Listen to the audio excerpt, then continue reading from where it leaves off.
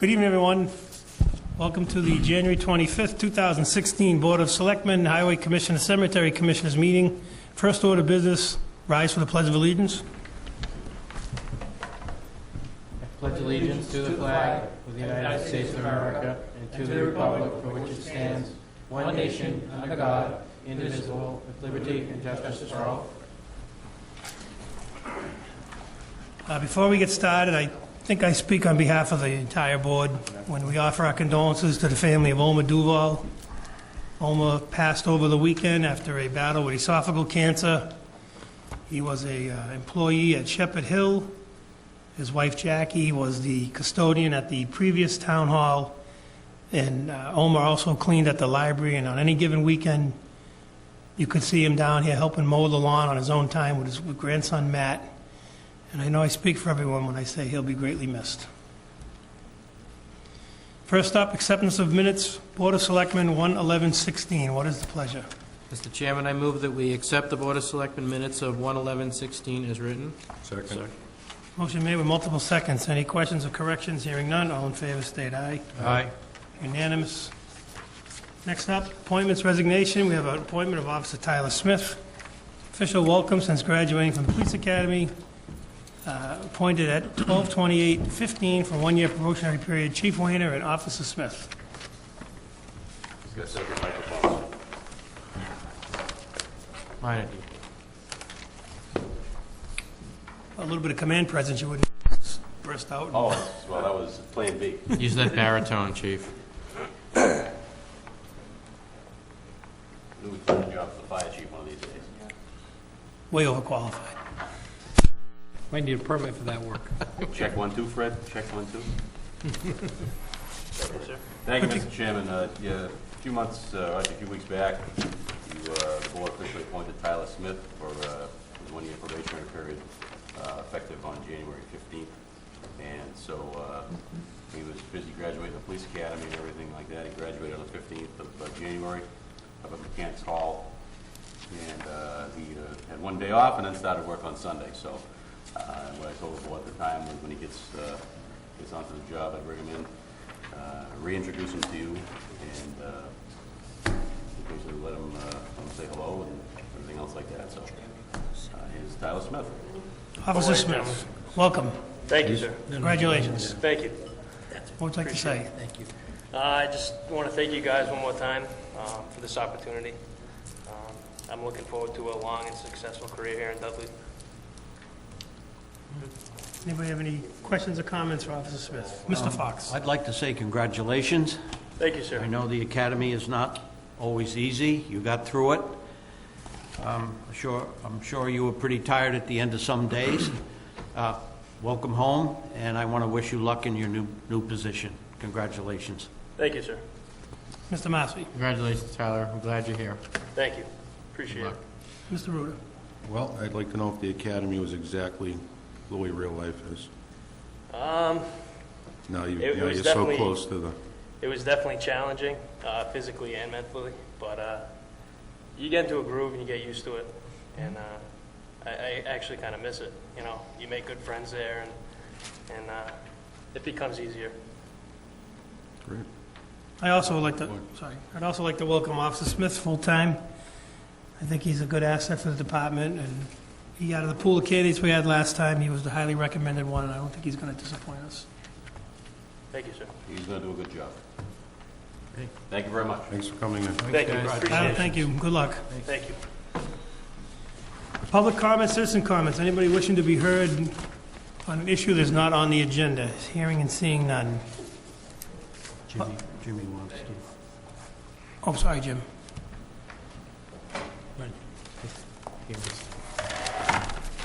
The reason I'm here tonight... Can you identify yourself, please? Oh, my name first, okay. My name is Pellegrino Dioria, and everybody knows me by Jimmy D, the pasta man. The reason I'm here is I put an application to the Joshua Place. There's an open for the consulate in the Joshua Place. And It's been almost a month. I don't hear nothing from Lucille because I see her almost every day. So the only thing I want to know, what should I do? Should I wait? Because I don't want to miss the balance of the vote. You know, I know order told me this is it's to December before we have to find any papers. So my question is, if she don't accept, what shall I do? Well, in my understanding, it would be a joint appointment between the two boards. So they would have to, have they declared a vacancy? Has it been posted? Not to my knowledge. So don't we usually post it for a couple of week cycle? Absolutely. So if they haven't posted the vacancy yet, we can post the vacancy usually on cable access. Do we do it in the paper too, Michelle? Just cable access generally, right? Yeah, but it's a joint appointment, how they would have to do it? Yeah, but then they vote, we vote, like a library trustee. Yeah, exactly. All right, so I'll tell you what, Jimmy, we can have the town administrator contact Mrs. Allard, and he can discuss the next step. If you leave your information with Michelle, they can contact you directly. Because generally, it's a posting for a couple of weeks at least, and then they have a meeting, we have a meeting, they vote for the candidate. And if there's more than one, whoever gets the most votes. It's a combined vote of the two boards. So we'll have Greg contact, then you contact Michelle, and Michelle will contact you with information. Jim, Okay. Jim, I gave Michelle. Jimmy, you understand the first step has to come from the Housing Authority. I understand that, but what happens if she stole it and maybe she don't want me to be under counselor?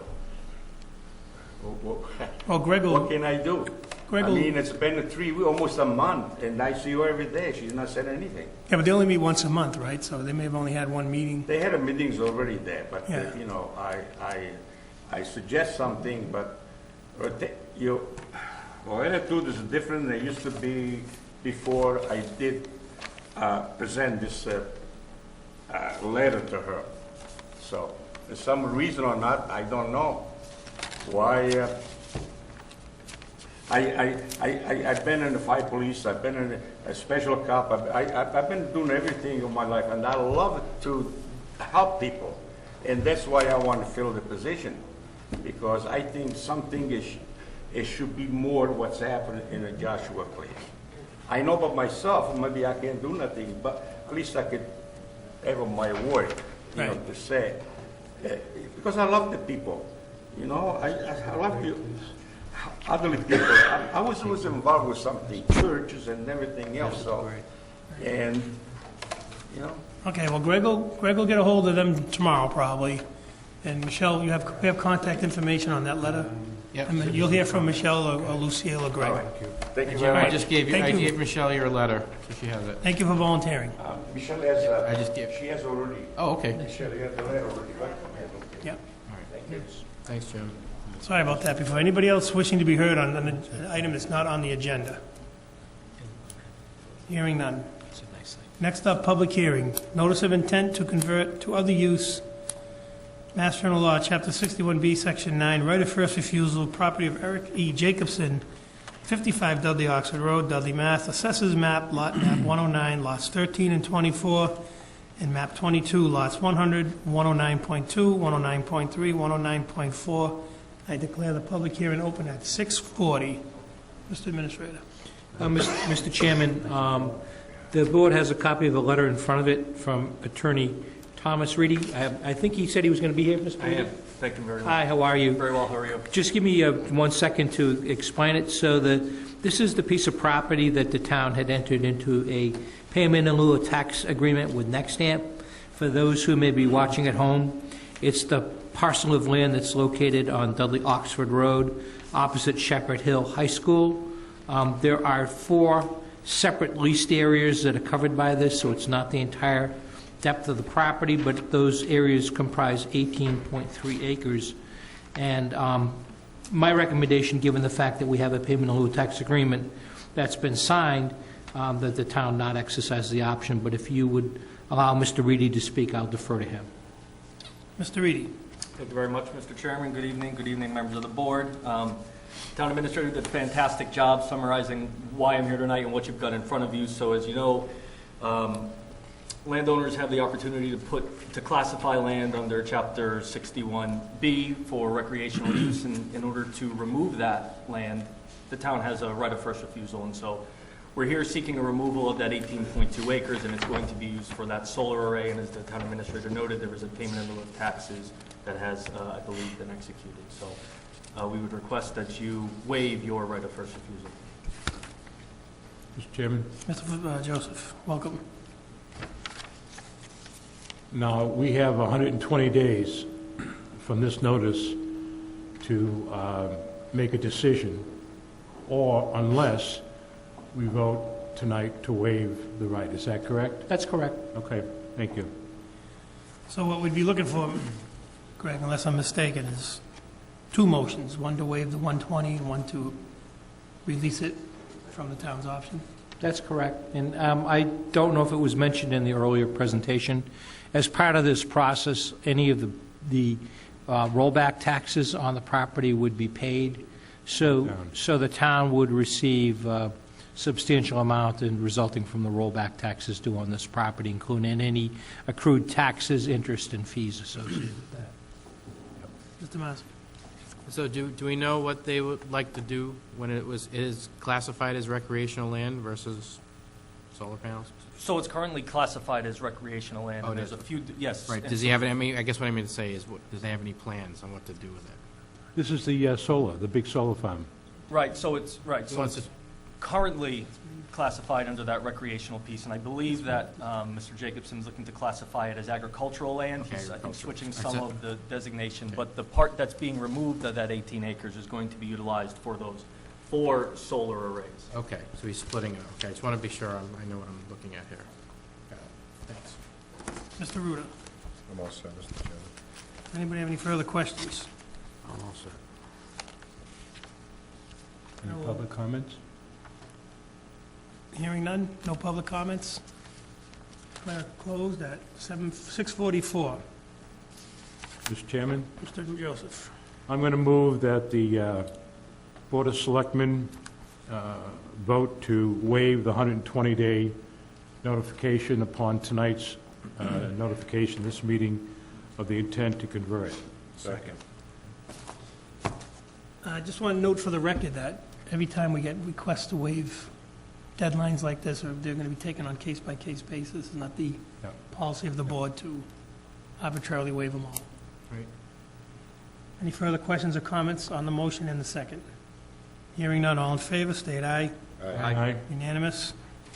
Next motion, Mr. Chairman, Mr. Joseph. I'd like to move that the town formally indicate that it has no interest in purchasing the land that's been described. Second. Motion made and second. Any questions, comments? Hearing none, all in favor, state aye. Aye. Unanimous. Thank you very much. Thank you. Thank you, Mr. Reedy. Thank you. Thank you, Jenny. Thank you. We have a letter that'll be signed, and we will scan it, send you a copy of it tomorrow, Perfect. and you'll get the original in the mail. Thank you very much. Would you let Mr. Jacobson know next time I want to see him in here? Absolutely. Thank you. Just curious to see if we have any plans. Golf course. Next up, under licensing and permit, I will recuse myself due to the fact that it involves issues with alcohol licensing, and I will turn the meeting over to Vice Chairman John Massey. I got you, Steve. Thank you, Mr. Chairman. Item 6, licensing and permits. We have several items on the agenda tonight for Nichols College. Our good friend Lynn Luby is here and to request a bunch of things. I will read them, and then I guess we'll entertain some motions. Mr. Chairman, Or Mr. Joseph. could I ask that we abstain with the reading, because then we would still need to read all of them Yes, in the motion, and instead to make a motion? you sure can. Could we do that instead? Okay. Thank you. You want to go ahead and do it, Paul? Mr. Chairman, I'm going to move that we grant the following 12 one-day wine and malt licenses. Peter, you had a question? Yeah, you can make your motion, then under comments, I'll ask a couple questions. Okay, and I'm going to do these separately as to the type of licenses. Perfect. Friday, February 19th, 7 p.m., 12 a.m. in the Fell Student Center Main Lounge. Friday, March 25th, 7 to 12, Fell Student Center Main Lounge. Saturday, April 9th, 1 to 8 p.m., Cooper Beach Quad with a rain location in the Athletic Center. Saturday, April 16th, 7 p.m. to midnight in the Daniels Auditorium and Patio. Question? Okay, so, all right. Let's go finish that section, and then we'll do it. Saturday, April 23rd, 5 to 9 p.m., the new academic building. I don't know if it's Nikon or Nikon, N-I-C-O-N Plaza. Sunday, May 1st, 2 to 7 p.m., Daniels Auditorium and Patio. Wednesday, May 4th, 6 p.m. to midnight, Daniels Auditorium and Patio. Be patient with me, please.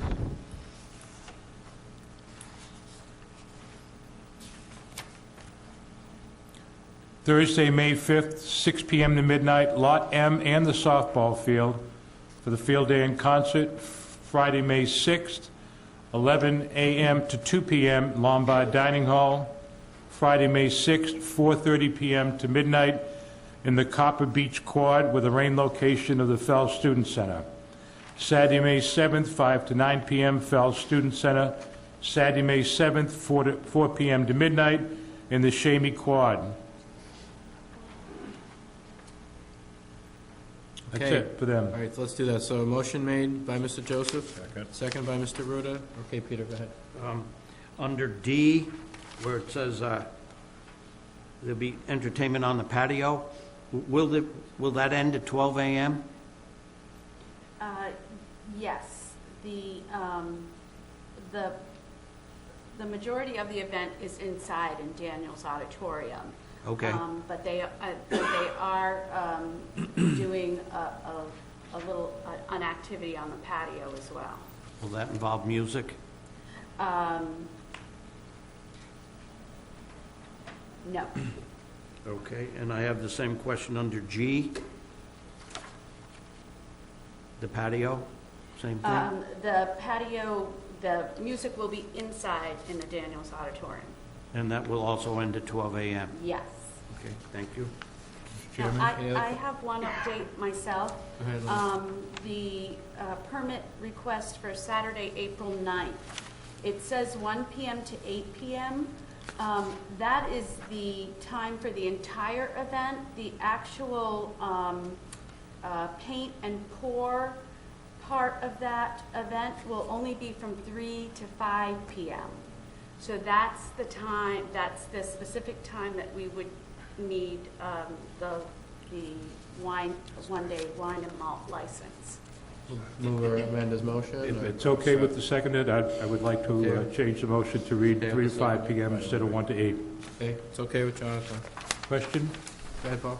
On all of these, Chief Warner, do you have any questions or issues? No, we meet with public safety about all these events. They're all set. All right, will there be any, based on the size of any event, will there be a member of our staff there? There generally is, yes. Okay, thank you, Mr. Chairman. Okay, you're welcome. Any other questions on the first set? Hearing none, all in favor? Aye. Opposed? Aye. Unanimous, 4-0, 1 abstention. And then we have the second for the outdoor entertainment licenses. Mr. Ruda, want to do those ones? Sure, Mr. Chairman. I'll make a motion that we grant the following 6 outdoor entertainment licenses for the following dates at the following locations. On Wednesday, March 23rd, 2016, from 3 to 5 at the Cooper Beach Quad for the Hindu Festival. Saturday, April 9th, 2016, from 1 p.m. to 8 p.m. in the Chamois Quad in the Cooper Beach Quad for the Student Spring Festival. Sunday, May 1st, 2016, from 2 p.m. to 7 p.m. in the Daniels Auditorium and Patio. And that also includes a class of 2016 block party. Thursday, May 5th, 2016, from 12 p.m. to 12 a.m. in Lot M for Senior Throwback Thursday, Field Day and Concert. And Friday, May 6th, 2016, from 12 p.m. to 12 a.m. in the Cooper Beach Quad for Senior Class Day event around the world. And finally, on Saturday, May 7th, 2016, from 4 p.m. to 12 a.m. in the Chamois Quad for Class of 2016 Senior Reception and Senior Farewell event. Motion made by Mr. Ruda. We have a second. Seconded by Mr. Fox. Discussion? Question? Paul? On, Lynn, on D, Thursday, you've got entertainment from 12 to 12. Yes. And on the license, you've got alcohol only from 6 to 12. Correct. Okay, just want to make a note of that. Okay. Thank you. Okay. Any other questions? Okay. Hearing none. Call that to a vote. All in favor? Aye. Aye. Opposed? Unanimous. 4-0, one abstention. Thank you, Len. Thank you. We have lots of stuff to sign for you at some point. Chairman Sullivan will now return. Give me some time while we get moving. When I get going, I'll watch out. Oh, I know. Good job, Mr. Massey. Thank you. Back to our regularly scheduled portion of the agenda. Item 7 under public business, Dudley Little League, permission to hold a toll booth fundraiser Saturday, April 9, 2016, from 9 to 12 at the town line. Motion to approve, Mr. Chairman. Second. Motion to approve and second. Have they, Mr. Delacunas, have they been given the application on the, Yes, we Spoke have to a the copy police. of that concerning the toll booth policy, yes. spoken to the police chief? That I don't know. I spoke with Chief this morning. No other, We're dispensing with a lot of reading. yes, no other toll booths scheduled the week before nor after? Not at this time. Or no, there won't be? If there That's is correct. none the week after, we are hoping to add a rain date. So if the 9th rains out, if we could do it on the 16th instead. Is that okay with the motion in a second? It's fine with me. Fine with me. Is that okay with the rest of the board? Rain Fine date? with me, yep. So we'll block those, well, nobody can go, if they go off on the 9th, nobody can go after them anyway, so. Mr. Massey? Eric, when's the parade going to be? Do you have a date for that yet? We don't know. I'm not on the board anymore. I'm just Oh, you doing know- fundraising this year. okay. I wanted to focus on that. Got it. As you mentioned in the last board meeting, we're looking at the free tuition, not just reduced, but free tuition for T-ball kids this year. I wanted to use the word reduced just because of the tickets and stuff like The that. tickets, yeah, no, that's true. Yeah. If they sell them, they can get their money back. Right. So I know they were looking in May, because it worked out May? well last year, because the Yeah, weather we did do was it later. better. Yeah. So we'll start the season in April. We'll probably do the parade at some point in May. Okay. Just got the reminder to sign Anthony up again. Today. I haven't done it. But last year went well. We made $1,400, so we're hoping to exceed that this year. Anything further? Hearing none, all in favor, say aye. Aye. Unanimous. Thank you. Good luck. And if anybody's hungry on Thursday night, 10% for Dudley Little League at Yummy's. Ooh. Thursday, 5 to 8 p.m. Eat in only. Including their world's best. guess I'll be going out again. Nice. We'll see you at Yummy's. Thanks, Eric. It's almost the weekend. Almost. I just want to make a note, Mr. Chairman, how nice it is when people requesting the toll booth are cooperative and acknowledge the 3-hour limit. That's nice to see. Yeah, and we get the plenty of notice. Well done, Eric. Next up on the agenda, Water Sewer Commissioners Superintendent Compensation Proposal. Chairman O'Connor. Craig, you want to take the lead on this? Sure. So the board, just to recap where this issue has been, the Water and Sewer Commissioners, Chairman O'Connor was in to meet with you on December 28th, and I've summarized some of the bullet points that came from that meeting, but just to clarify some of the issues that were raised and some of the follow-ups that I had, I was asked to confirm Superintendent Meehan's correct date of hire, and that would be 1990. How many positions has he held with the town? He was appointed as the water superintendent, so he would not have held any positions. The board also asked for a summary of what Mr. Meehan's salary has been over the last 10 years, and you have a copy of that document that's attached. I'm not going to go through it in detail, but it just shows you what his base salary is during that period of time. There was a question about how much work has happened, how many pumps have been replaced. Two, and I'm sure Mr. O'Connor can explain those, are at Patterson and Wayne Avenues. And then the key question that the board had asked me was to look at what I consider to be a fair salary range for the position. And as you know, we've done a lot of work on this in terms of meetings and trying to get to what we consider a fair range to be. And I consider the fair range to be between $71,579 and $73,680.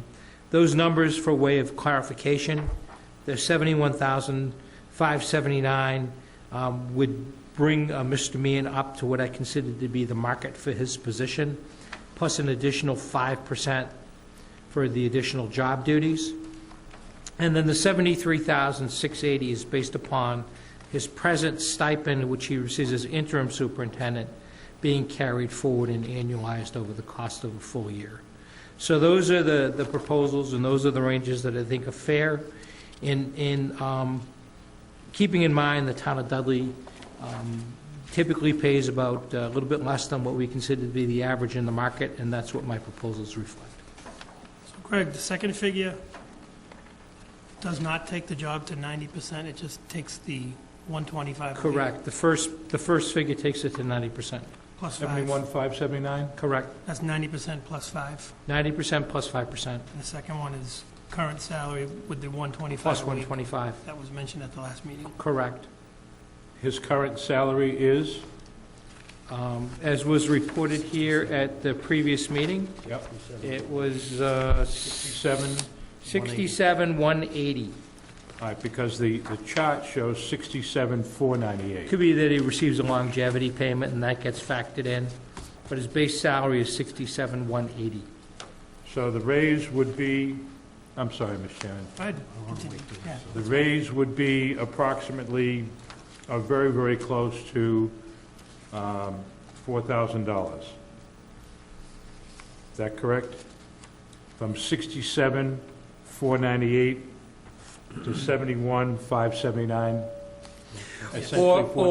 Or higher, because again, I'm recommending a range. I think that the range that's here is probably indicative of where the chairman would like to see the discussion go. Mr. Fox.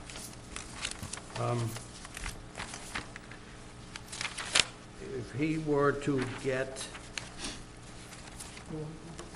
the increase of 63,320, that would bring his salary to 73,680. Peter, one more time, I'm sorry, I was handing some paperwork over to Michelle. Could you just repeat that question? If he were to receive the increase of 23, that would bring his salary to 73,680? If I look at the chart on the second page. I think, No, that was his present increase that he received in this year, that would have been July 1st, is shown in that percentage increase. That's got nothing to do with the proposal that's in front of you today. I'm looking at this figure, Yes. not that one. That was already given. Okay. So all of these monies are already included in the budget. This would not include any new money going forward.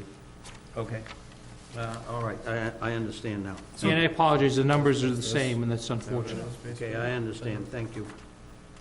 That's last year's number. So I think the answer is if we go to the top of the range, it comes out to an even 6,500, which would be 52 times the 125, right? That's correct.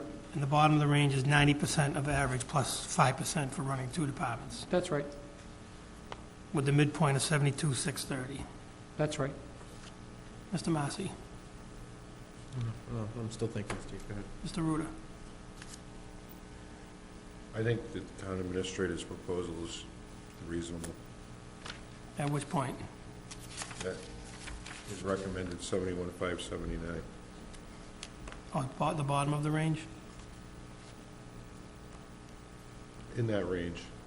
I mean, 71 to 72,630, it seems reasonable to me, in that range. Okay. Mr. Massey? Thanks, Steve. Sorry, I needed a minute to gather my thoughts. What I wanted to say was, it's good that we want to let everybody know that this is setting the salary for the role, correct? And not just for the person, even though that the person that's been nominated is going to get it. I think that's a fair statement. So if the candidate wasn't here, we'd still set it at this rate? I think if you would, I think that would represent the max. You certainly would want to bring someone on at a lower rate if they didn't have the experience. Depending on experience? Sure. Okay, I just want to make sure we're looking at both things. Danny, my question would be, with the range, was any consideration, I'm not sure if the midpoint was ever discussed, but was any, Well, it's important to point out that the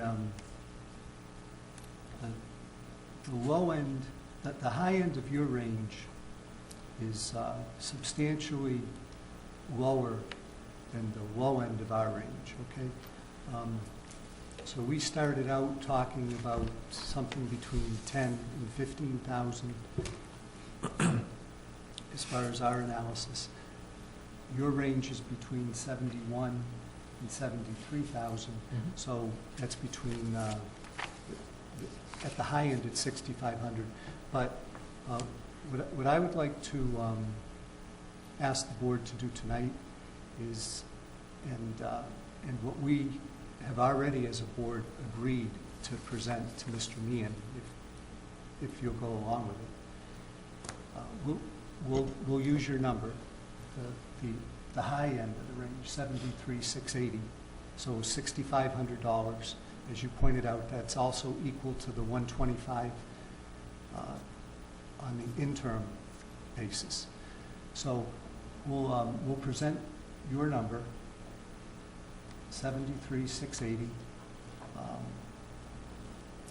and we'll give Mr. Meehan an opportunity of 7 days to hopefully accept the offer.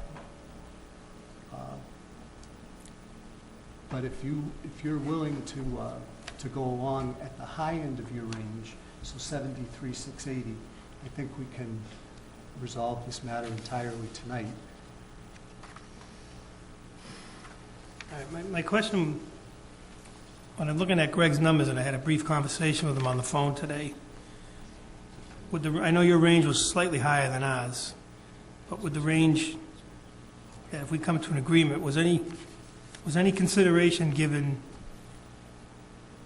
at a figure, I guess, lower than the range, in the range, but lower than the high, and then address a higher figure at the end of this budget cycle by maybe short-term goals and objectives?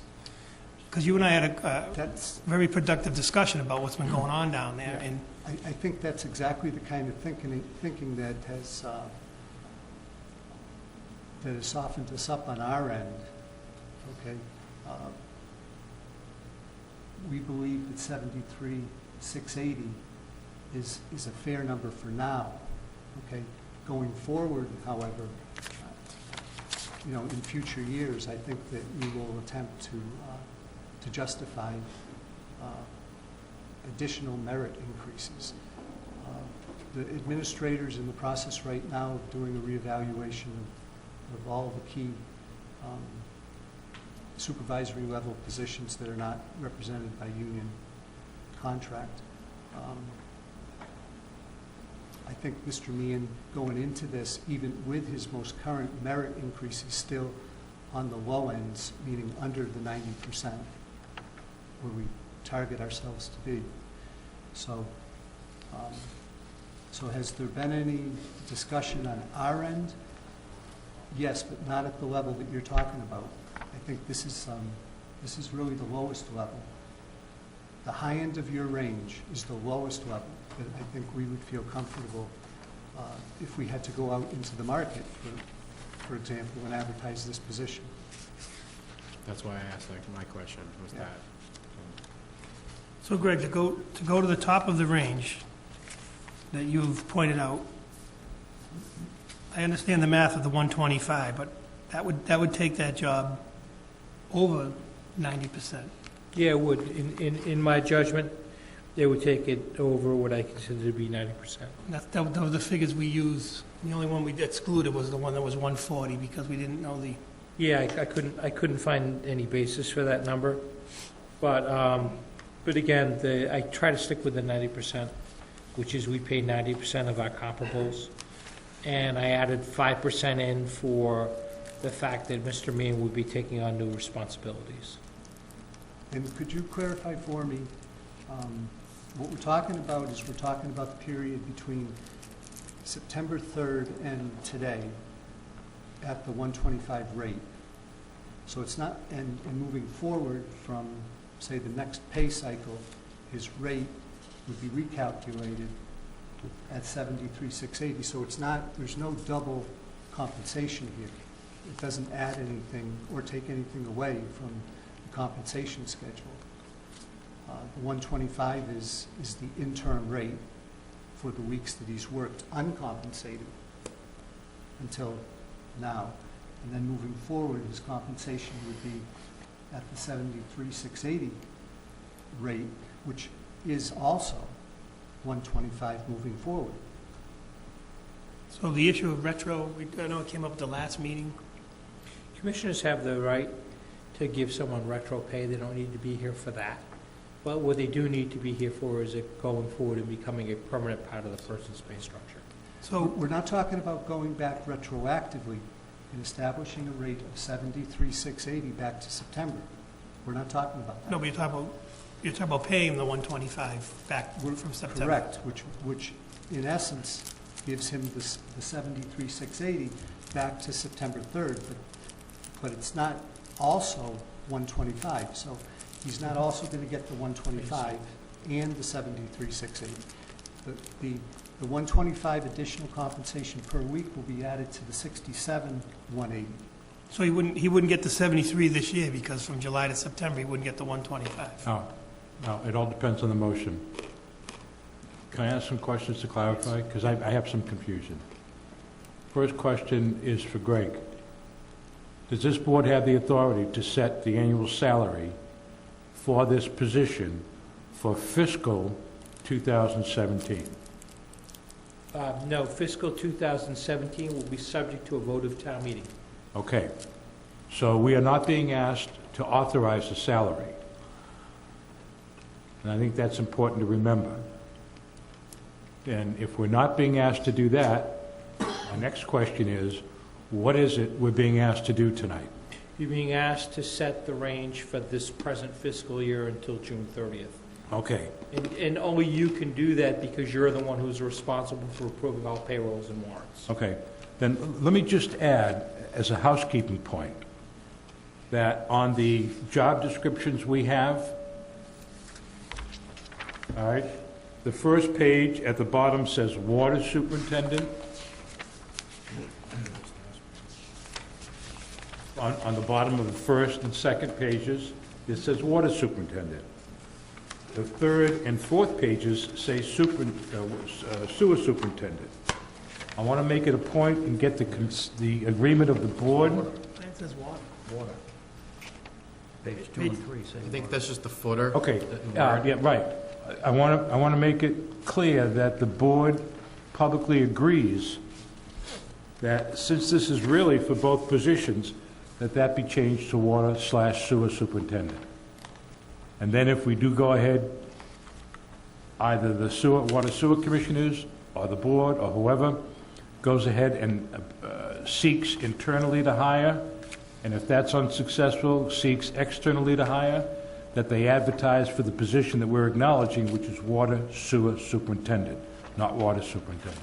Greg, can we, was this job, is this the updated job description, Danny? Is this the one that the personnel board actually approved? Okay, so Greg, are they talking about the job description I gave you? Yeah, that's what I have in the Okay, package. so the notation that Mr.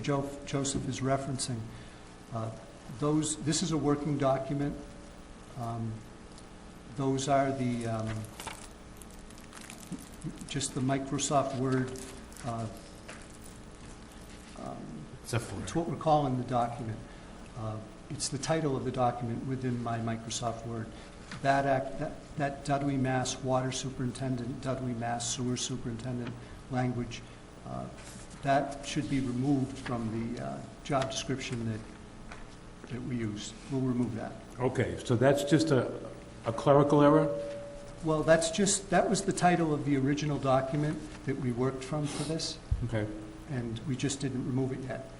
okay. Then, Well, I'm Mr. sorry. Chairman, it's in the footer. It carries forward automatically unless you go in and remove it. okay. So that every page has that. Greg, does this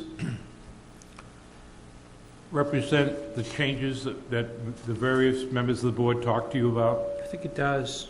Okay. I think one of the important aspects of this job description is this combines the two positions. Originally, you had a job description that laid out duties and responsibilities for a water superintendent, and then laid out duties and responsibilities for a sewer superintendent. There was some contradictory language, or language that wasn't paralleled in those two job descriptions. For example, the availability of that person 24/7, 365. I noted that, And, yeah. and that is in here, regardless of what responsibilities that person is performing.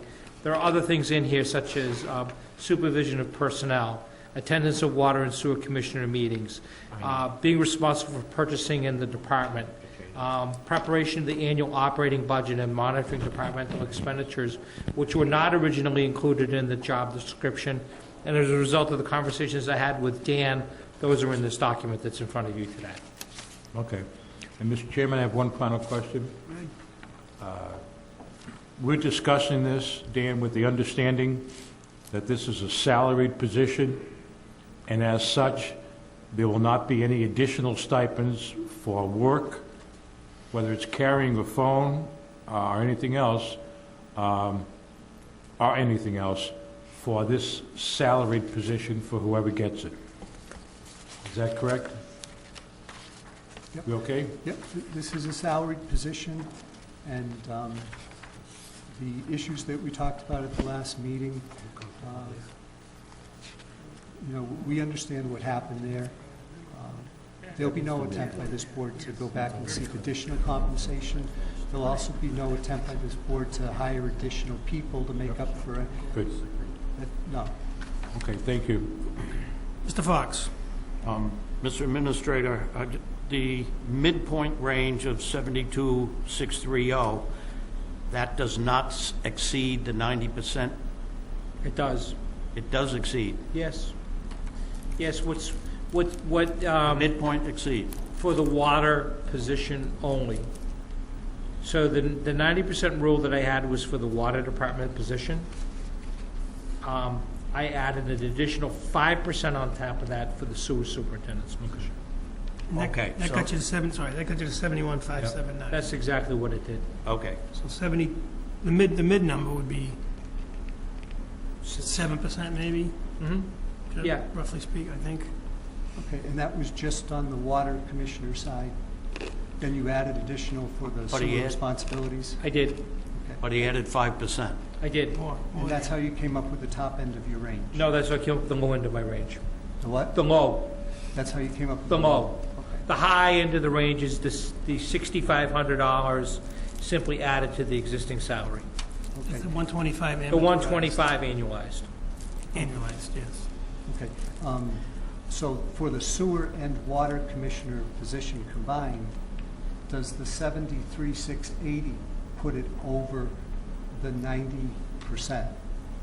Yes. I mean, I don't know how you would even attempt to analyze that, because I don't think we've done a survey like we've done for other positions yet on that position. It's a new position.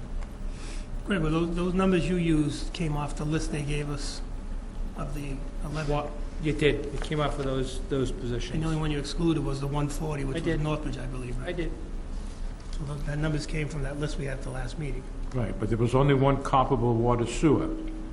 Now, we're being asked to approve a salary range, a current salary range, for the combined water sewer superintendent. That's what we're being asked to do. Now, there was only one water sewer superintendent, and that was Douglas on the survey.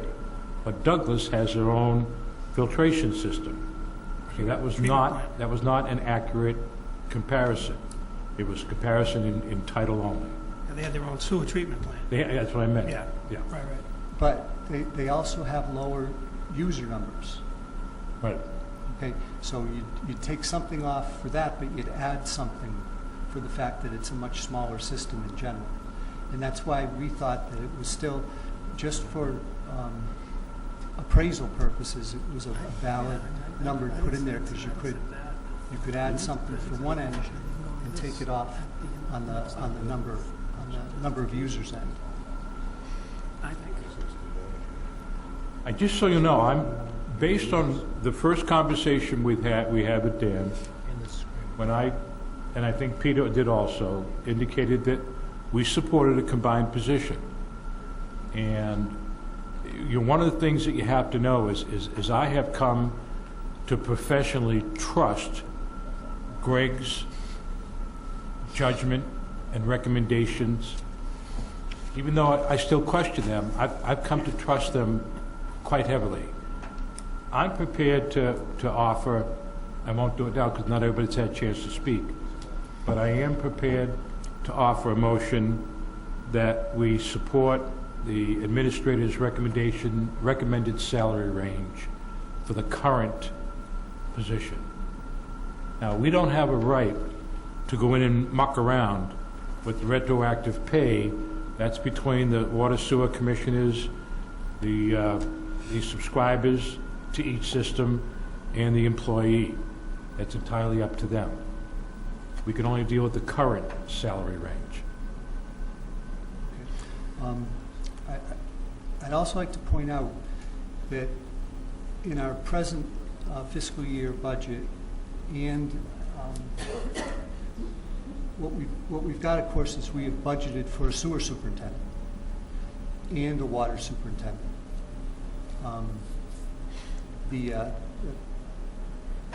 What we're going to do with this position is we're going to take whatever number we come up with tonight, and we're going to take 25% and allocate that towards the sewer side. So the enterprise users on the sewer side will pay that 25% of this position, and on the water side, the enterprise users will pay 75%. So both of those numbers are well within this fiscal year's budget. So we don't feel we're definitely good until the end of this fiscal year. But even moving forward, both of those numbers are actually going to come down because of this, not go up. Greg, I just have two questions. Since I've been involved at all town meetings, we being the body, have always been told a salary line item can't go up during the year. Is that true? It can't go up without your authority and without your approval. But you can't pay in excess of what the appropriation is. So if it were merely a single line item for, let's say, the sewer superintendent or the water superintendent, you couldn't raise it above what was voted at town meeting. But in this instance, you have a budget which has a much larger salary and wage budget. That's the number you cannot exceed. Okay. And the total appropriation. My second question is maybe more procedural, and somebody mentioned it to me today. I never thought of it. We're an equal opportunity employer. Are we going to get any kind of gray area by not posting that job? No. I don't think so. I don't think so. So we don't have to post newly created positions? We can just... We have a practice for union positions through collective bargaining to post it internally. And if it's not filled, or it's not filled to the hiring individual group's satisfaction, then you can go outside. You're not required to go outside. You're not required to go inside. They can do it any way they want unless we choose to have it limited. We can request that it be limited to only inside. But there's no rules that say that they have to do it just inside, or they have to do it just outside, or that they can't do it both at the same time. Mr. Fox. Chairman Sullivan is partly right. The Personnel Board does have a job posting policy for job openings. I was chairman of that board for several years, and the practice has been that we give everybody an opportunity to, at least if they're interested, to seek and find out whether that job might suit them or not. In this particular case, because there is possibly a candidate that could fill that position, the job was not posted. But normally, we do post jobs in town. But I think the question was internally or externally. Internally first. Right. And I think that You needs to be post for 2 clarified. weeks, you post for 2 weeks internally first. So I guess the follow-up to that would be to follow the course of action being laid out. If there was another employee that felt that they were slighted or wanted to put in for it, are we in any kind of gray area or being murky? No. I don't think anyone can say that these decisions have taken place behind closed doors in the back room. This has all been out front and very open, and in view of that, I think that we're going in the right direction. I don't feel that there's anything to be gained or any risk to the town by the fact that an appointment would be made without any risk of someone appealing it. This is all as open of a discussion and public session as you can ever get in this business. And I agree with that. Now, are we being asked tonight to vote for the range?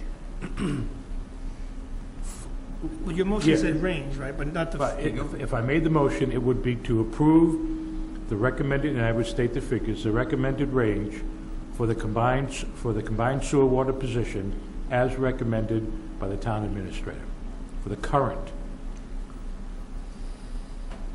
There's a motion. Second. Second for questions. You want to make sure, Michelle, are you okay on that?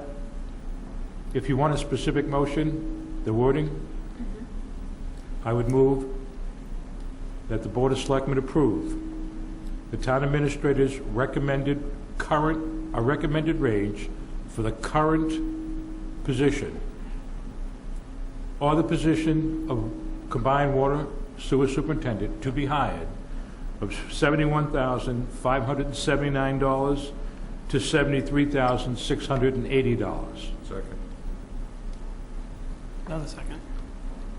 So, Mr. Chairman, for discussion, Yes. Mr. O'Connor's comments, but you knew kind of like what I was thinking about this salary range. We're going to be good if we set this range here for the next year at least. Until July. Until July or for the next calendar year. We're going to be working within this range, right? There's not going to be any... Yeah, my understanding is that you're going to set the range, and then it's we have to work within that range. So we'll negotiate the contract with the superintendent, and we will honor that range. We won't go outside that range. And I'll take it a step further. We won't go outside that range in fiscal year 2016 or 2017. What I said before about coming back another day, we're looking further down the road than that. And will you take into consideration, or do you believe the board will take into consideration Mr. Valiakonis's non-union employee salaries survey that he's going to complete for kind of like a guideline for future increases for non-union employees? I will. I think the new position of water sewer superintendent will have to be reevaluated by the people who did our last round of evaluations. Personally, I'd be very surprised if that number didn't come in a lot higher, but we will honor that, whatever that comes in at 90%. Okay. Thank you. All set, Mr. Chairman. That's that question. Anybody else? Mr. Balkunas? Nothing further?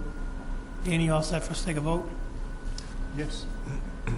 Motion made in multiple seconds. All in favor, state aye. Aye. Unanimous. Thank you, Danny. Thank you very Thank you. much. Thanks, Dan. Okay, good, get done.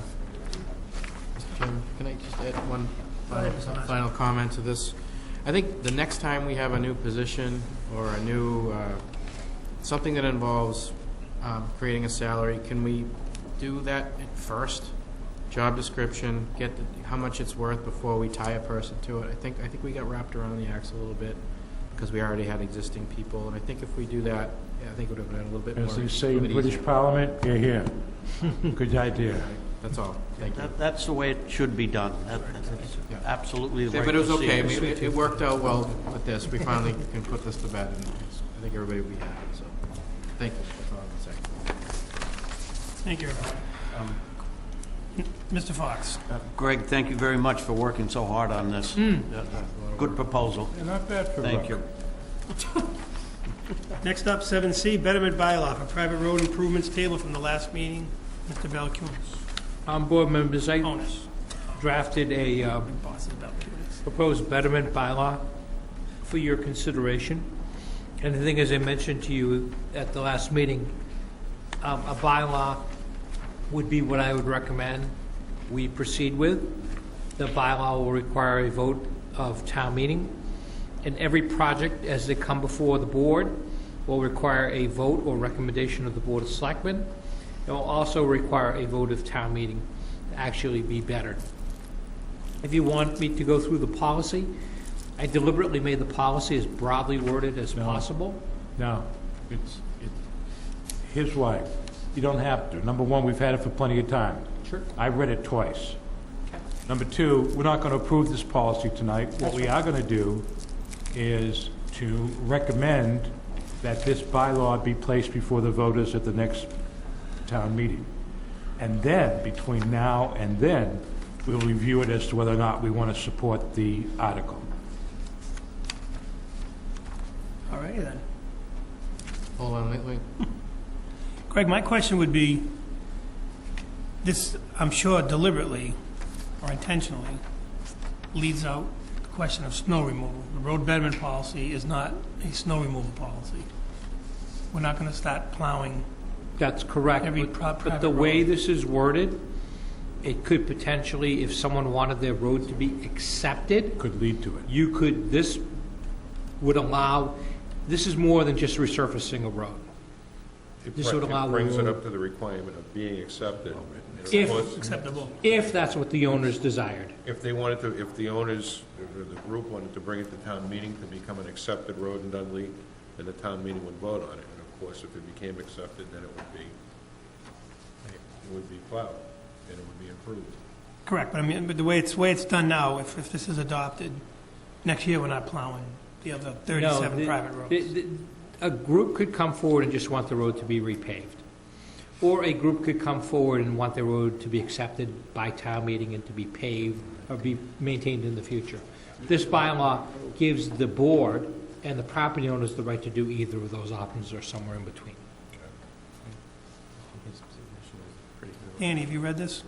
I was going to wait last week, I haven't really read it that good. Should we postpone it till the superintendent can have any recommendations, or do you want to move forward with it? Again, we're not taking a position on it. This is not our, Well, we're asking for it to go on the warrant, right. That's what Paul asked. but he hasn't had a chance to read it, he's the superintendent. Well, if Danny hasn't had a chance to read it, then I'd hold off until he reads it. When's the warrant close? It hasn't even been opened I yet. think so. So we have time. You have time. Paul's okay to table it Yeah, then? absolutely. Motion to table to be brought up at the next meeting, and Danny, if you have any recommendations, get to the administrator first and talk to him. Okay with that, Greg? Oh, absolutely. Chair seeks permission for the Board of Health to use the Clarinda Wood Fund, the amount of $585 to pay Harrington Memorial Health for services in December of 2015. So moved. Second. Motion made and second. Any further discussion? Hearing none. All in favor? Aye. Chief Steve Wayne is seeking permission to attend the International Chiefs Conference. Chair, entertain a motion to allow the request. Mr. Chairman, I move that we, yes, so moved. Moved by Mr. Fox, second by Mr. Marcy. Any questions? Question? Funding? Comes out of that. Come on up, Chief. I know where it comes out of, but I want the people to know where it comes out of. Their Yeah, money. generally, we have Comes out of their money. grant funds that cover a portion of that, and training accounts that cover the balance. So, Okay, thank you, Chief. thank you very much, appreciate it. Motion made and seconded. And any further discussion or questions? Hearing none. All in favor, state aye. Aye. Aye. Thank you, Chief. Mr. Marcy. Chief, where is it this year? San Diego. San Diego again? Okay. How come you never go to like Bangor? You gotta do something after sending us to Chicago. Chirac. Or Milwaukee. Old Milwaukee. You can go to DC this week if you want. Next up, Chief Kochanowski from Fire and EMS and Captain Paul Konitschka from Dudley Fire and Assistant EMS Coordinator. Please come up.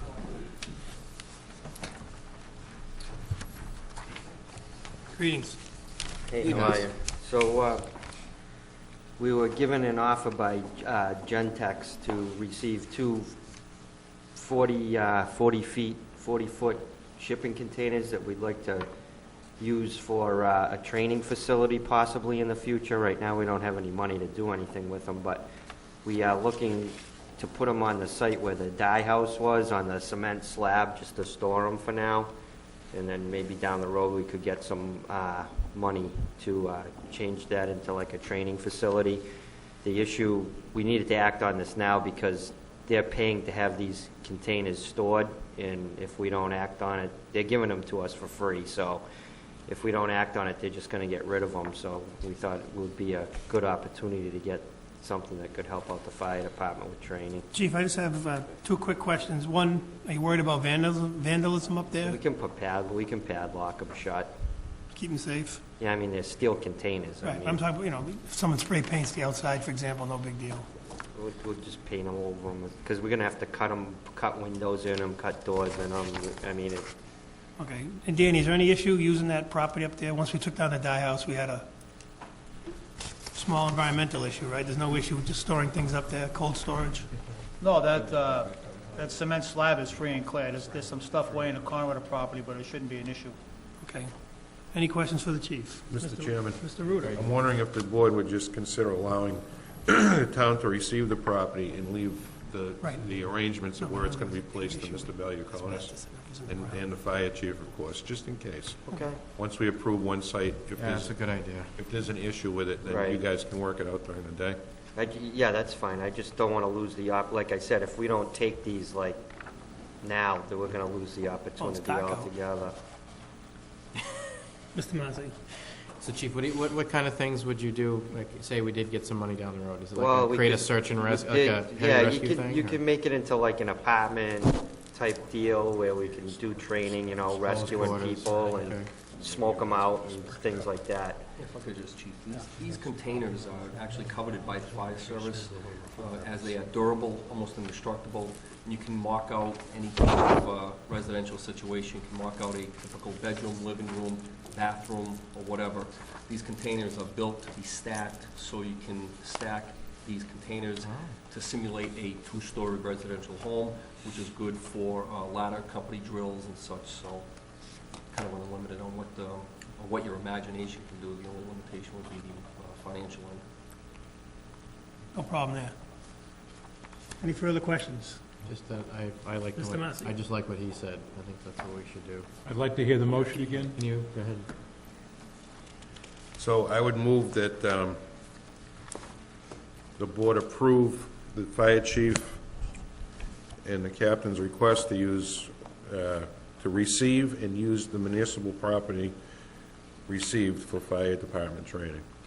Okay. And when I say the property, I mean the two containers at the top. Would you be willing to add in, Mr. Chairman, would you be willing to add in the mover, a motion to thank Gentex for their generous donation? Right, that was going to be next.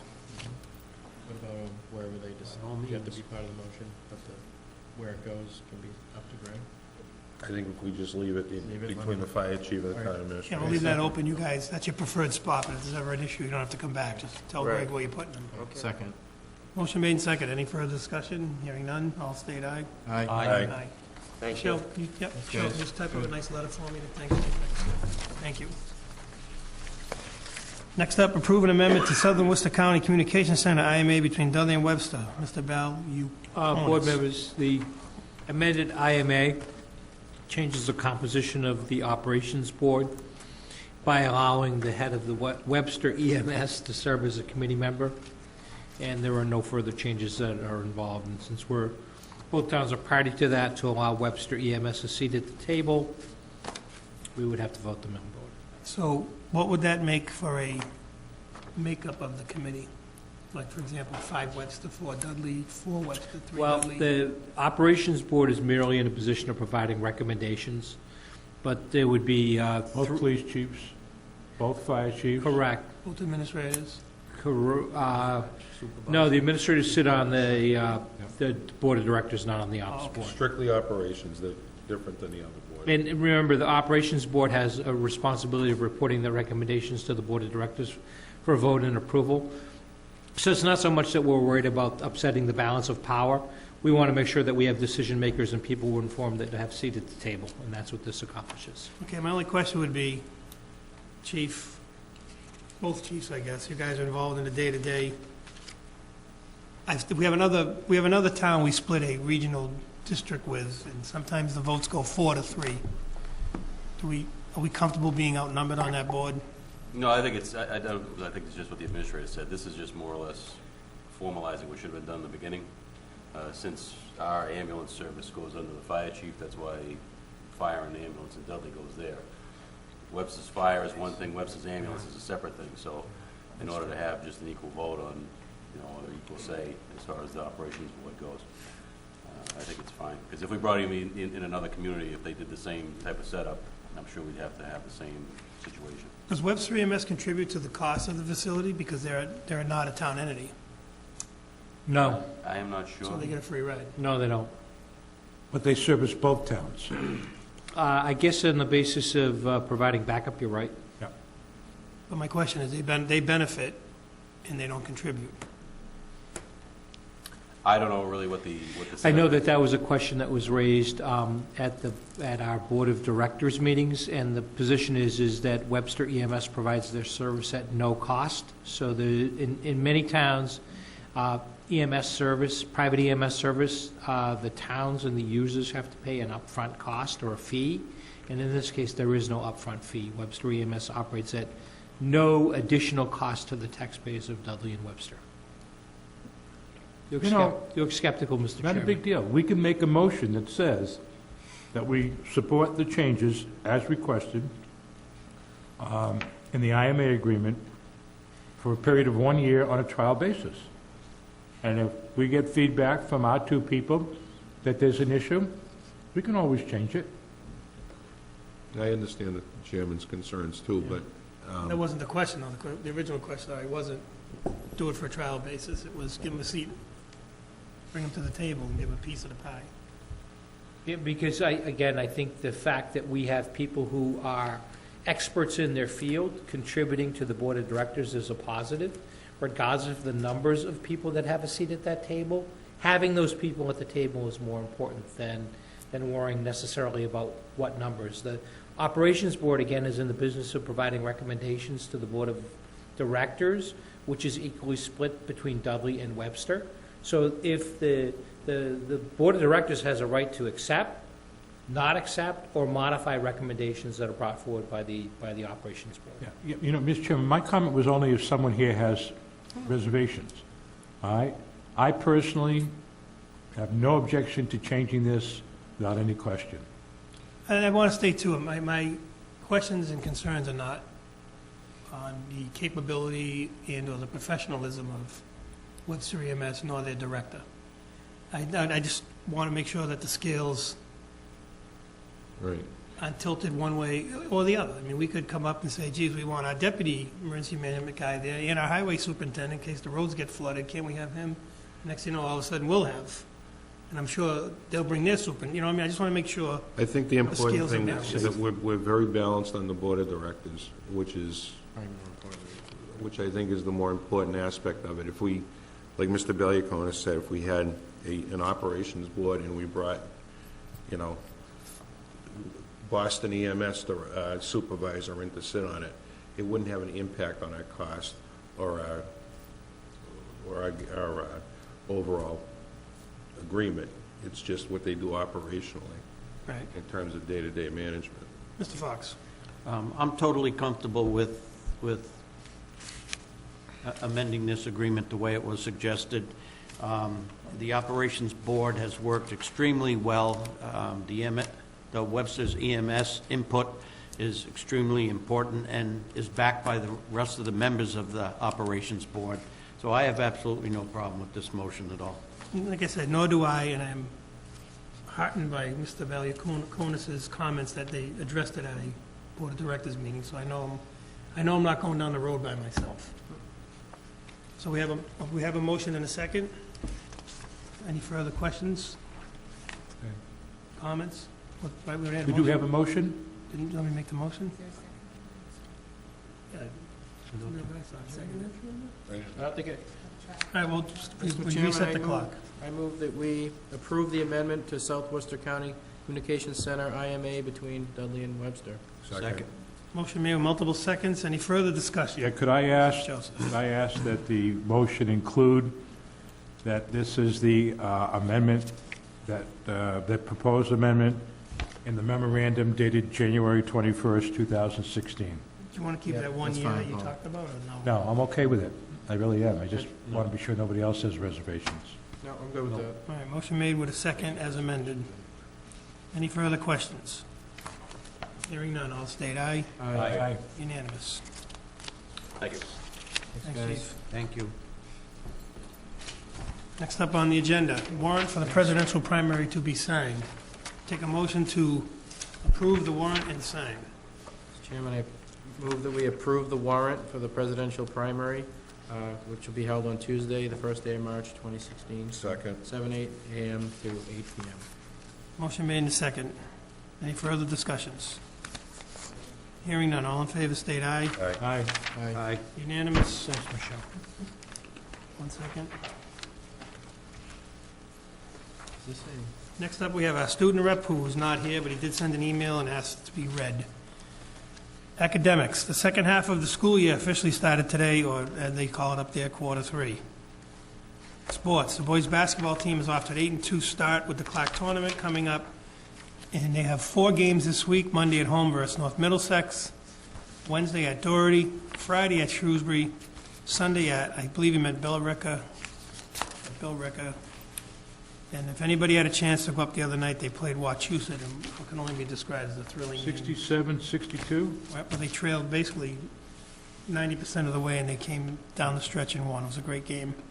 Girls are off to a 5-5 start this week with games at Monday, North Middlesex, Thursday at Tantascwa, Friday at home versus Shrewsbury. We wish them well. Show choir will be having their annual Show Choir Festival on Friday, February 5th, Saturday, February 6th. If anybody can attend, it is quite the show up there. And that is all from Alex in the empty chair. Board member comments. Mr. Joseph. You know, my wife gave this to me, and if I don't announce it, I probably shouldn't go home alone. You should probably go home alone anyway, but I'll goes leave it without out. saying. I gave this copy of this to Greg and to Michelle, so if you have questions, you can call the Selectman's office, and they have the information. But there are going to be, this will be the second church, I think, in the area. There's one in Webster that does it. There will be free hot meals at St. Andrew Babola Parish Church Hall, 54 West Main Street, from 5 p.m. to 6 p.m., starting in February next month, and it will be the first and third Wednesday of every month. That corresponds with the Webster churches has them on the 2nd and the 4th of every month. All right? And if you have any questions, you can call them at 508-943-5633, and that's sponsored by the Fellowship Meals Program at St. Andrews.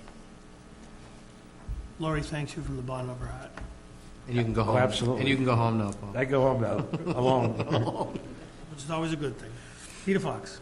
Yes, the only comment I have is I was in the building last week, and the fire alarms went off, and nobody moved, nobody left the offices, and I asked Michelle, do we have a fire alarm evacuation policy?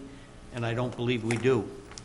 And we probably should have. Should there be a fire, we should post where the nearest exits are. And I did talk to Captain Knitsky a little bit, and he said he would look into it also. Greg can work on that with the chief, find out what we need.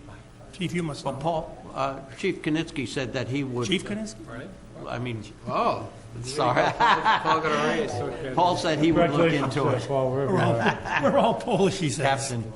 Okay. I'm sure it'll be addressed. It's the law, you know. You're supposed to leave the building when the fire alarm sounds. Listen, I wasn't here. I'd have been the first one out. Oh, yeah. I'm nobody's hero. Up to and including fire drills too, right? What, No, I believe there was a repair done being on the elevators, and people were told that the alarms would be going off, but I was just curious as what happens if the alarm does go off, and I hope people know that they got to leave the building. Well, I would hope so, too. well, let's not hope so. Right, they'll straighten it out. All right, so you're going to get that? What policies? I think we could use a little training, it sounds like. Yes. Fire drill. Maybe I should Training. come in and pull the alarms. Training. Can I That's all. can I do it? Okay. Someone will report back to the board as to how Training. it's implemented and how Addressed. well the drill, or drills plural, went. Good idea. I think that's a great idea. Thank you. My comments are brief. I just want to thank the 3 department heads that are here. It wasn't a major storm. Last couple weren't major, obviously, but we did have some incidents during the storms that were handled in the usual professional manner that we've grown accustomed to. And I'd like to have the highway superintendent come up for a minute briefly to explain changes in road treatment, because I got a lot of comments, especially on the main roads, Mason Road, West Main, I believe, some of the other ones. And I think Mr. Guyan has an update to provide us on what has changed. Well, that goes back to a couple of years back when we got the override money. The people in town were good enough to vote for the override money. We were able to purchase that improved ice melting chemical. Some of the neighboring towns have it. You notice it's green. It does a fantastic job.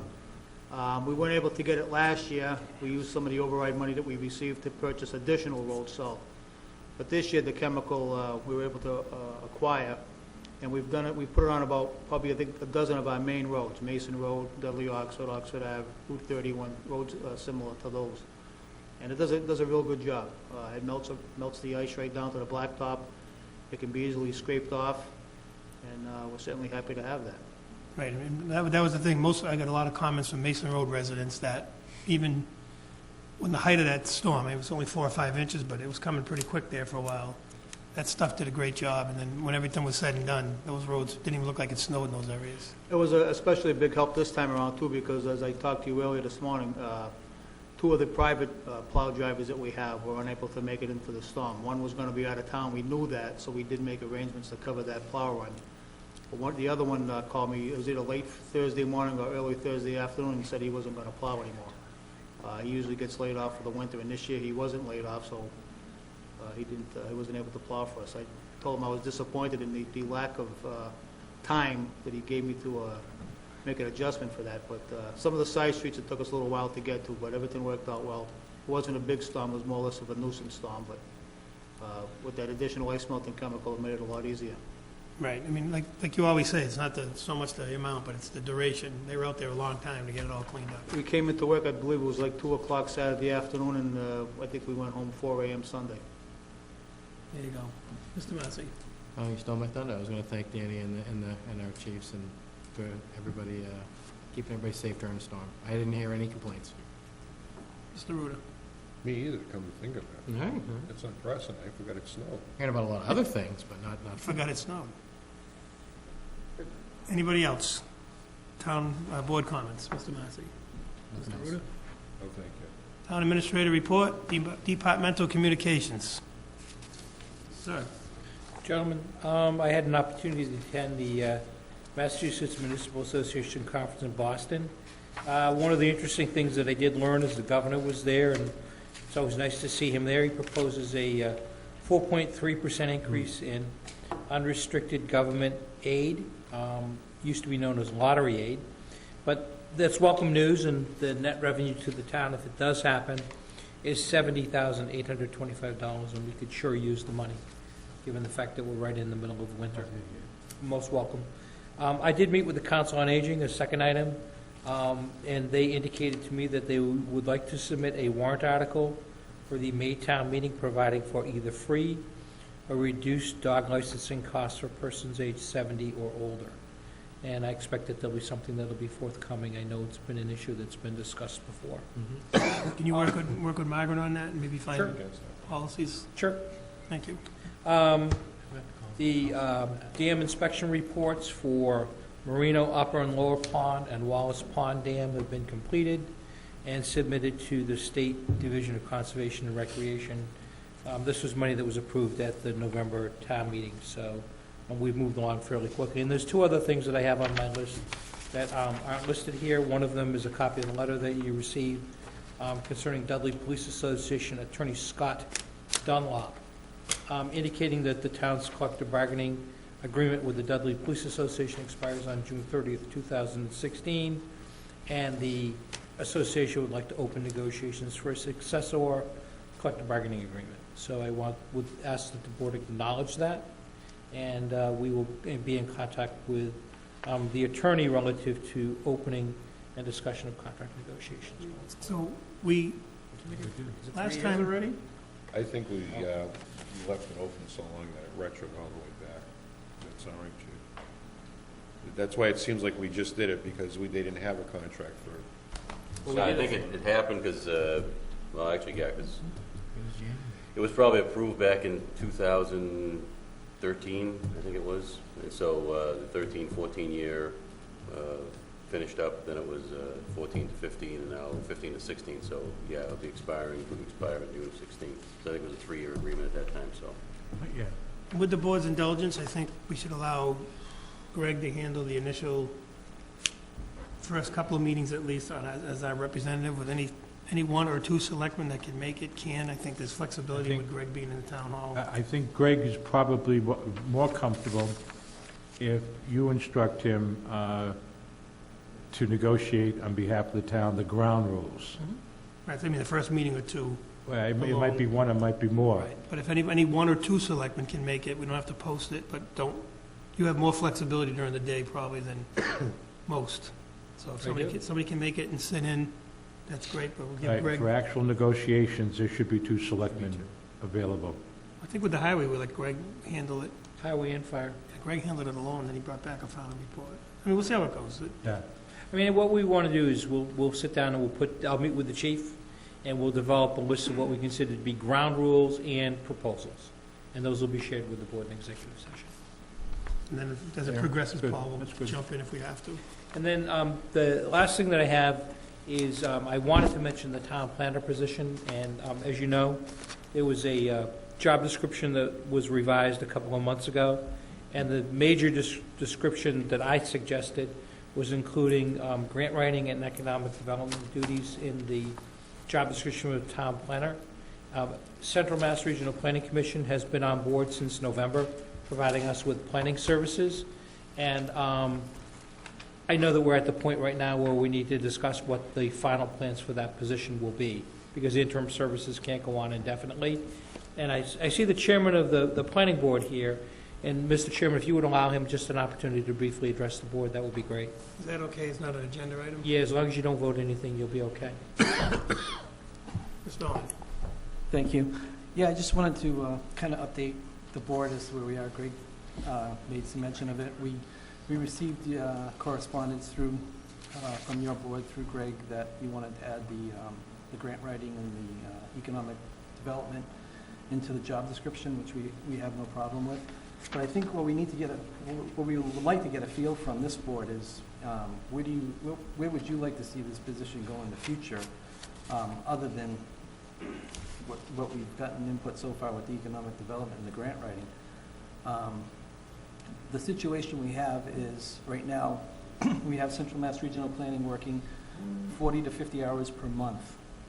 And what needs to get done is getting done, pretty much.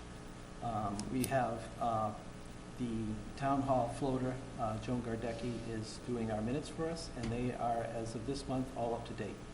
So all the back minutes have been completed, and they've all been pretty much approved, and all the minutes are up to date, and Joan is taking care of each meeting as we go forward.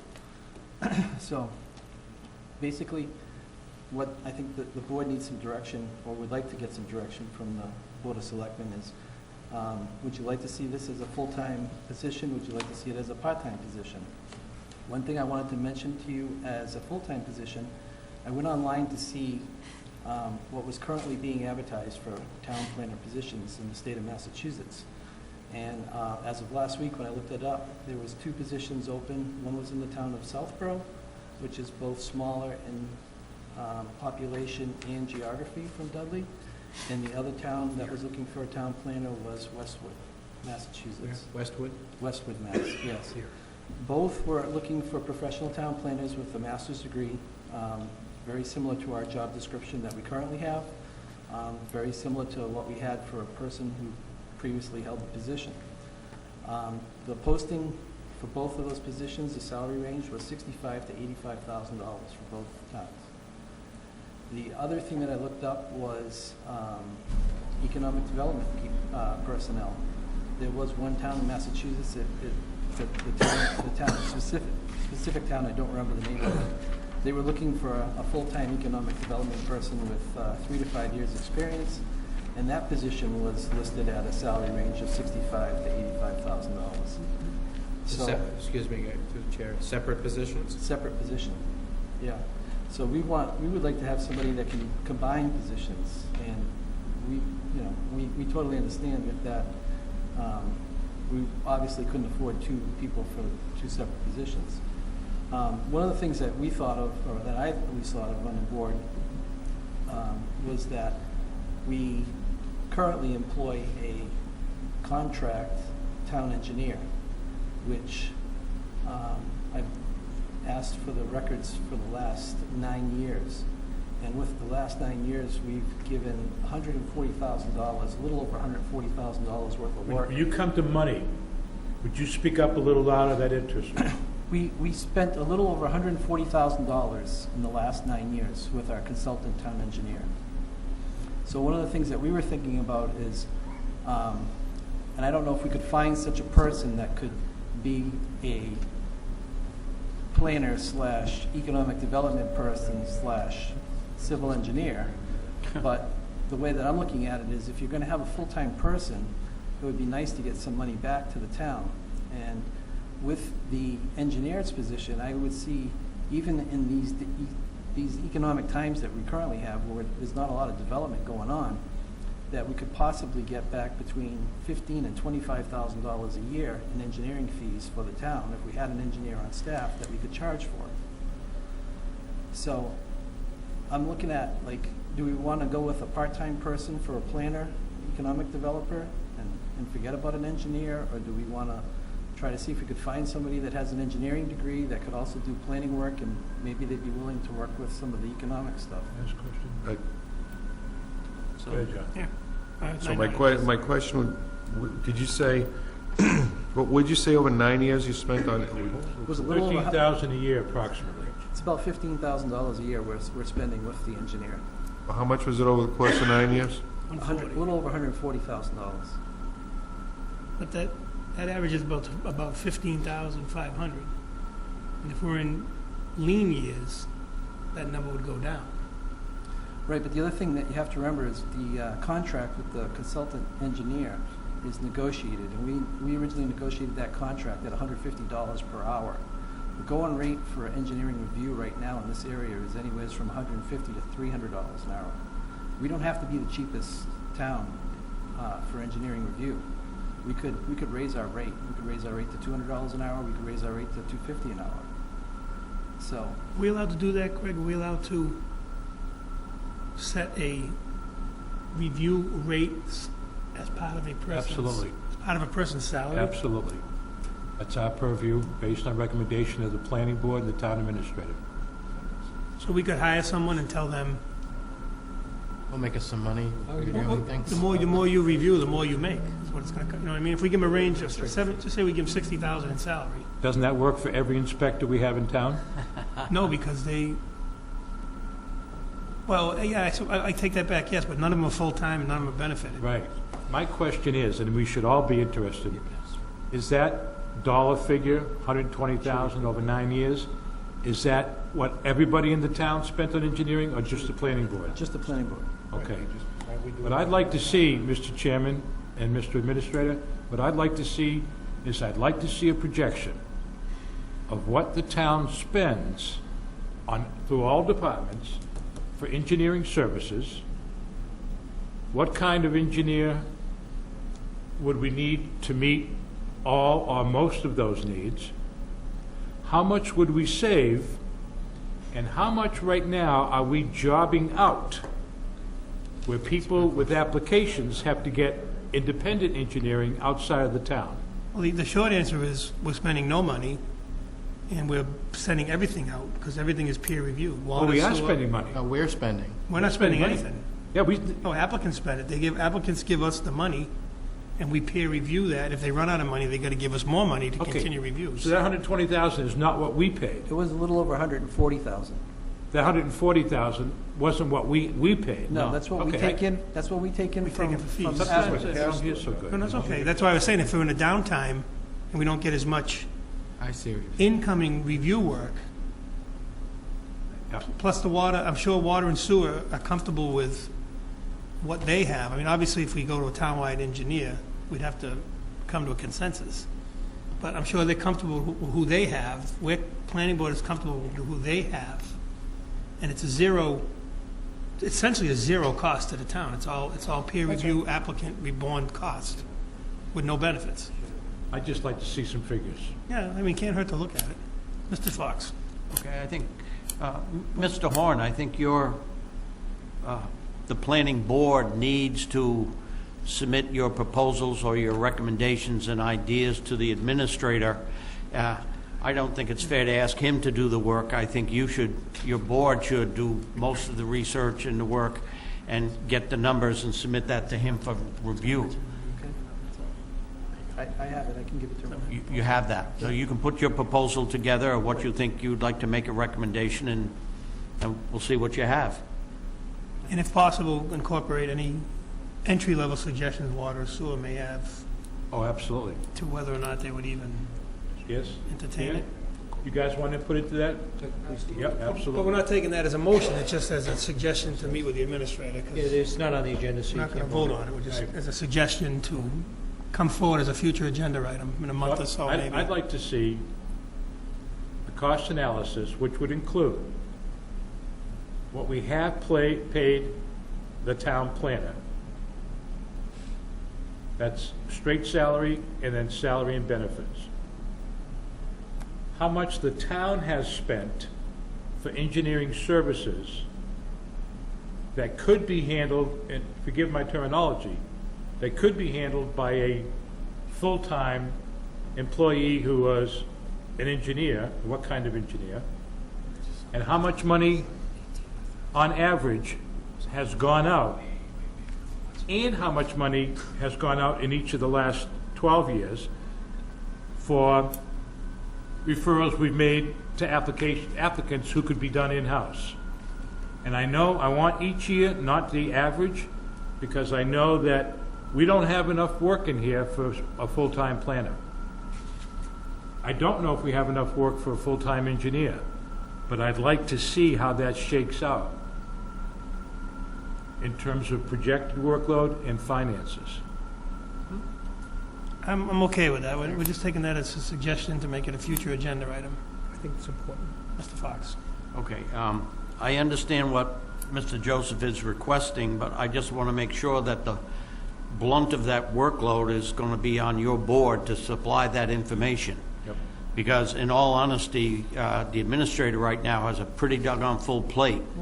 His number one priority right now is the budget, and he needs to concentrate on that. Plus, we've asked him to do some other things, and I don't want to overload him. He's got one full plate at this time of year, so he's going to need all the help he can get and information he can get from your board. Yeah, I can put the proposal together myself. Okay, that's fine. Do you understand what Mr. Joseph is asking? Yes. When's your next meeting? 2 weeks.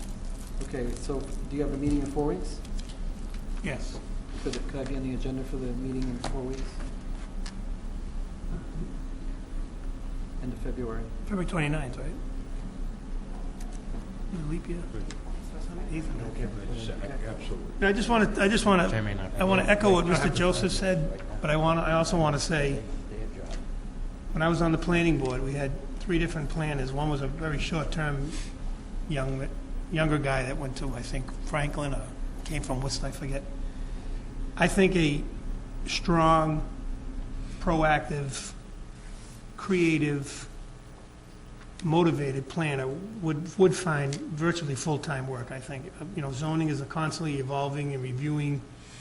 I think a competent, as I just stated, with qualities planner would be able, with the other duties they have as office work, obviously, would be able to be utilized effectively. Well, we do have a lot of state-regulated reports that have to be done. Right. That are all going to be expiring if they're not already have expired, such as housing reports, Yeah, the stock. master plan report. All Which we these- probably have to do again. We have to do it every 10 years. Yeah, so all that stuff's coming You all out. say what you want, but it's going to take a hell of a lot to convince me that in the past 5 years, we've had enough work for a full-time planner. It's not, Right? Based on behavior, availability, time, accountability, you're going to have a tough time convincing me of that. I'll agree with that general statement.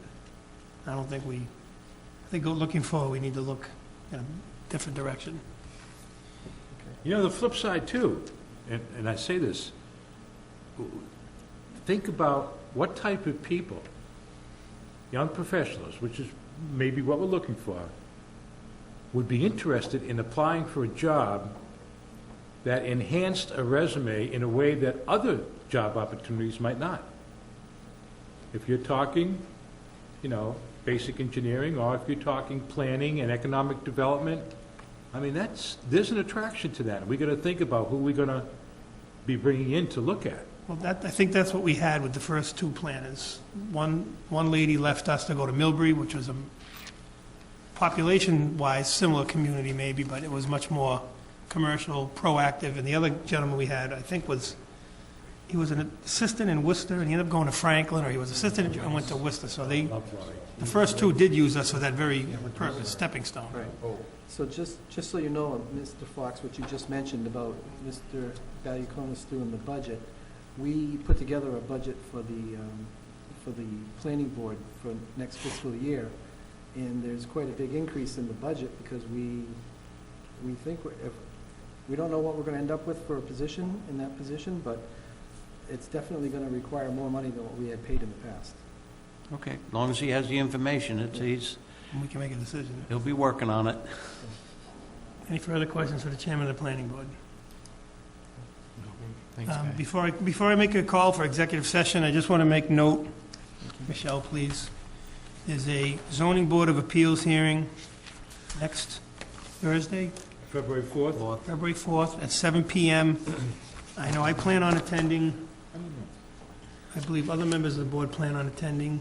So I would ask that you post that for us. So if we sit together, if we have any kind of discussions, we will be allowed. And I suggest that we meet at, if everyone's going to make it, try to make it for about 5 of, 10 of, so we can like open a meeting for ourselves, so we can go in. That way if we sit together, or if we get up and speak, and just to make sure, it appears to be a issue that's attracting a lot of attention in town, and I want to make sure we, as selectmen, are covered if we show up.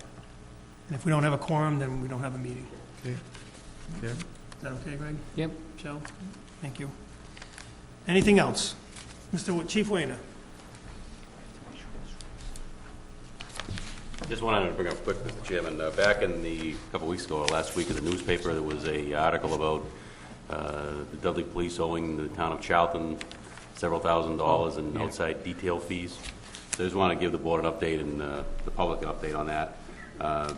So what happened was there was an article in the paper that said we owed about somewhere around $6,000, $6,000, $7,000, whatever, in monies from dating back to like 2009 for payments for outside details.